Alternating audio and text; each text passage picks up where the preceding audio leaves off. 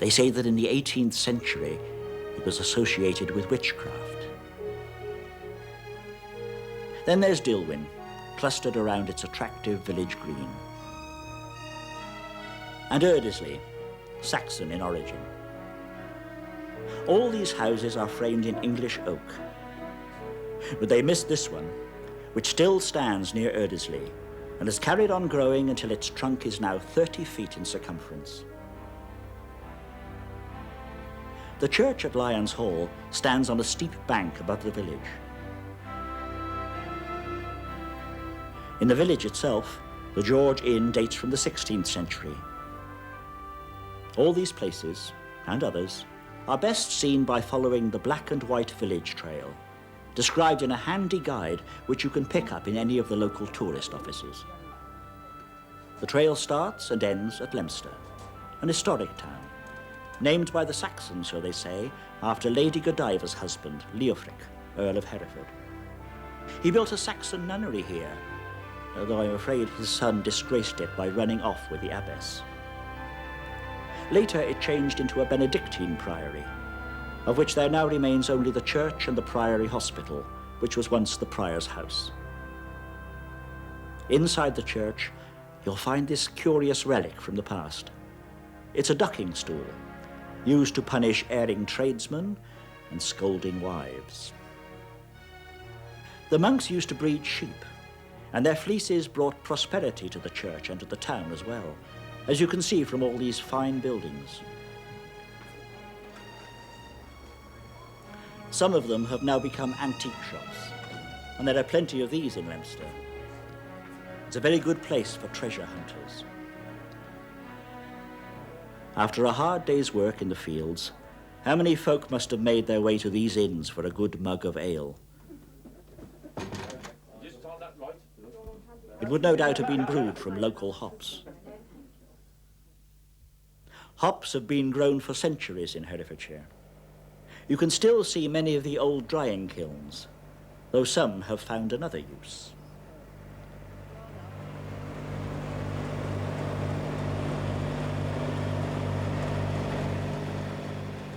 The growing and harvesting of hops continues. Each September, the local pubs decorate their bars with fresh hops, and it's around hop harvesting time that Bromyard holds its annual folk festival. Now that can't be just coincidence.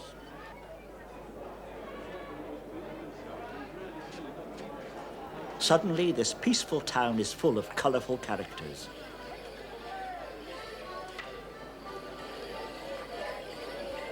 And everywhere there's music and dancing.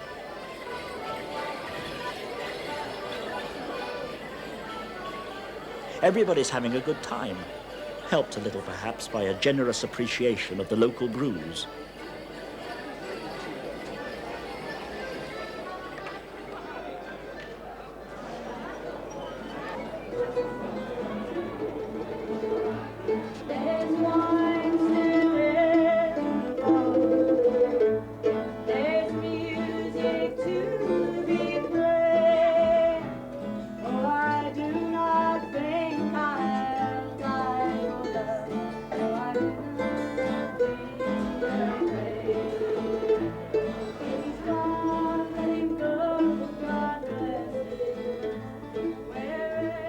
Just 3 miles or so from Bromyard, set in a lovely valley, you can find a place that has hardly been touched by the passing of time.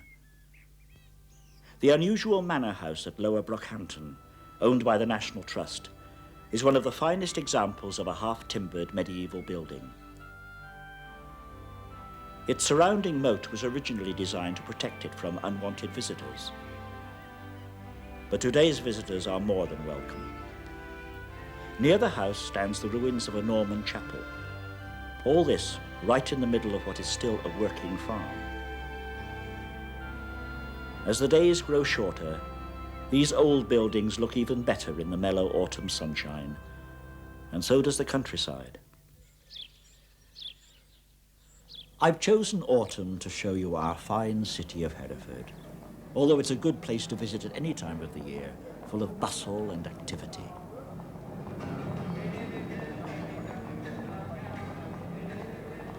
The jewel in Hereford's crown is its splendid cathedral, which has stood here, overlooking the River Wye, for 1,000 years.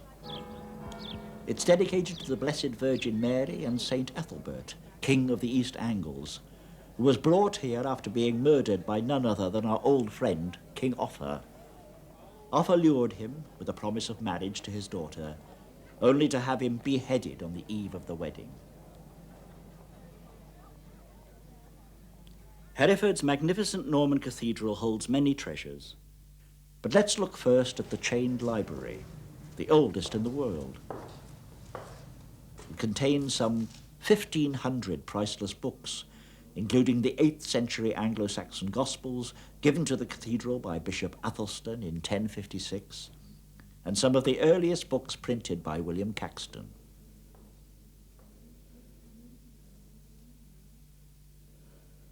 This is Ptolemy's hand-coloured Geographia, printed in 1486. Though this map may seem a little odd, stranger still is the cathedral's greatest treasure. It is now housed, together with the chained library, in a purpose-built exhibition building. But we'll let the cathedral chancellor, Canon John Tiller, tell you about the Mappa Mundi.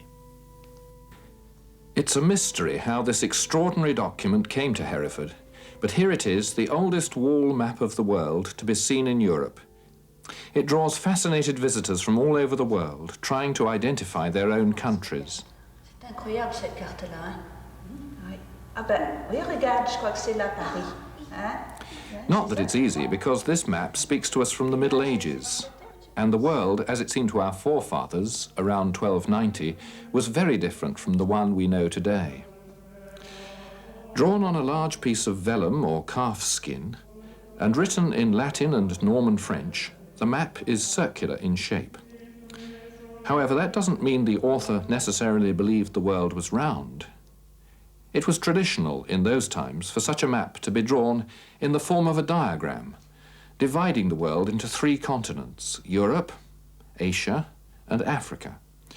The rest of the world had yet to be discovered. At the top of the picture, we can see Christ in majesty, sitting in judgment above his world.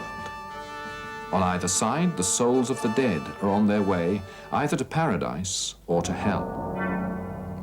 The Holy Land was thought of as the center of the world, so it follows that Jerusalem is to be found here in the middle of the map. Because of its importance, East is at the top. But if we turn the map round in our minds so that North is where we would expect to find it, it begins to make a little more sense. After 700 years, the bright colours have faded and darkened, and the details are rather difficult to see. So we'll use this 19th century replica, which is clearer, to show you something of this bizarre medieval world. Here we see the Mediterranean, with the countries around it. Right at the bottom is Spain, distorted in shape to fit the contours of the picture. The Pillars of Hercules mark the Straits of Gibraltar. Cities and towns are represented by towers, castles, or temples. This one, Santiago de Compostela, the shrine of St. James, is an important place of pilgrimage. Next comes France, divided from Spain by the Pyrenees, with Paris magnificently depicted on the banks of the Seine. Italy is not boot-shaped as we know it. Like all the land masses, it is smooth and rounded. Rome, of course, is clearly marked as befits its importance, and Venice is shown as an island in the Adriatic Sea. The author's knowledge of Greece and its mythology seems a little hazy. However, we can see Athens, and the island of Crete, complete with its labyrinth, is easy to find, as are the other Mediterranean islands. Sicily seems to have drifted away from Italy, but it's roughly the right shape, and we can distinguish Mount Etna erupting fiercely. This foot-shaped island is Sardinia, and these are the Balearic Islands. The writing tells us that the people of Minorca were skilled at using the sling. On the African side of the coast, a fine castle marks Carthage, and further down St. Augustine is standing under a canopy. The map's purpose was not only geographical, but was also designed to educate and inform. So, for example, in the Holy Land, we find illustrations of Bible stories. Here is Lot's wife, looking a little wistfully towards the Dead Sea, where Sodom and Gomorrah are submerged. And here is the Tower of Babel. Beyond the boundaries of the better-known parts of this world, imagination is allowed to run riot. Fueled no doubt by travellers' tales, we're treated to a terrifying array of strange men and beasts. Unsuspecting travellers to India, for instance, might have been startled to stumble upon the strange skiapod, sheltering himself from the sun with his one enormous foot. In Africa, they would be on their guard against the basilisk, a bird-like creature which could kill with one glance, and the extraordinary men with faces on their chests. In Egypt, we find the mysterious mandrake, half man, half plant, and many other curious creatures. So it's quite reassuring in their midst to come across the familiar story of Moses receiving the tablets of stone and the Israelites worshipping the golden calf. To the north, further hazards await our intrepid traveller. In these desolate lands, the polar bear was the least of his worries, for he might have encountered, among other monsters, the minotaur, the ferocious Hyrcanian tiger, or a race of dog-headed people, to say nothing of the griffones, who used their enemies' skins as horse trappings. But what of our own country? Yes, the British Isles are surely here, albeit hard to recognise. Scotland and Cornwall are shown as islands, and Wales and Ireland are strangely elongated.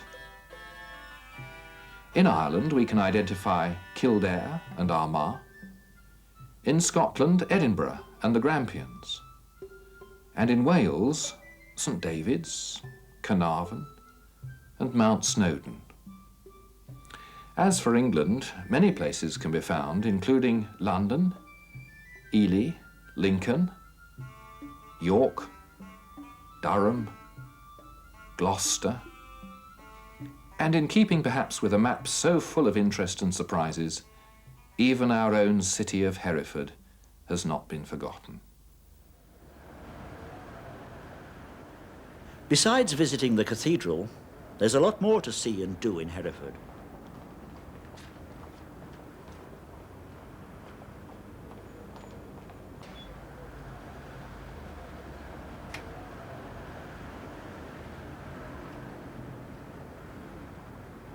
Unfortunately, we can't show you everything.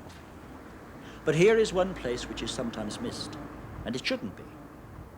The Blackfriars Monastery once stood on this site, and from its ruins in 1614, Sir Thomas Coningsby built a hospital and cottages for old soldiers.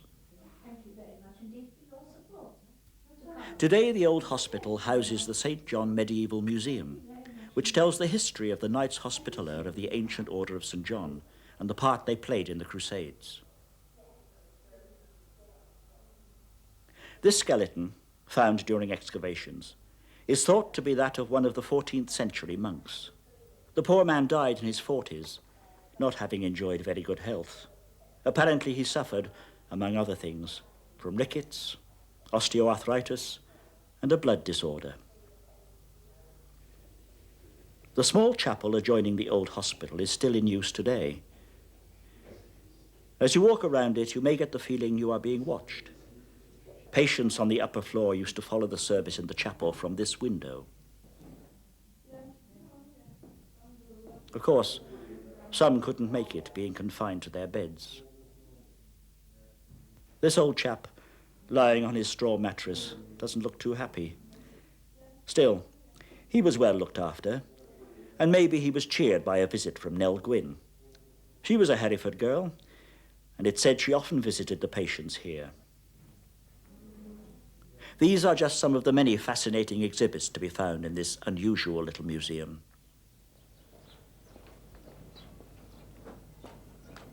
A short distance from Coningsby, There's a museum of a very different kind.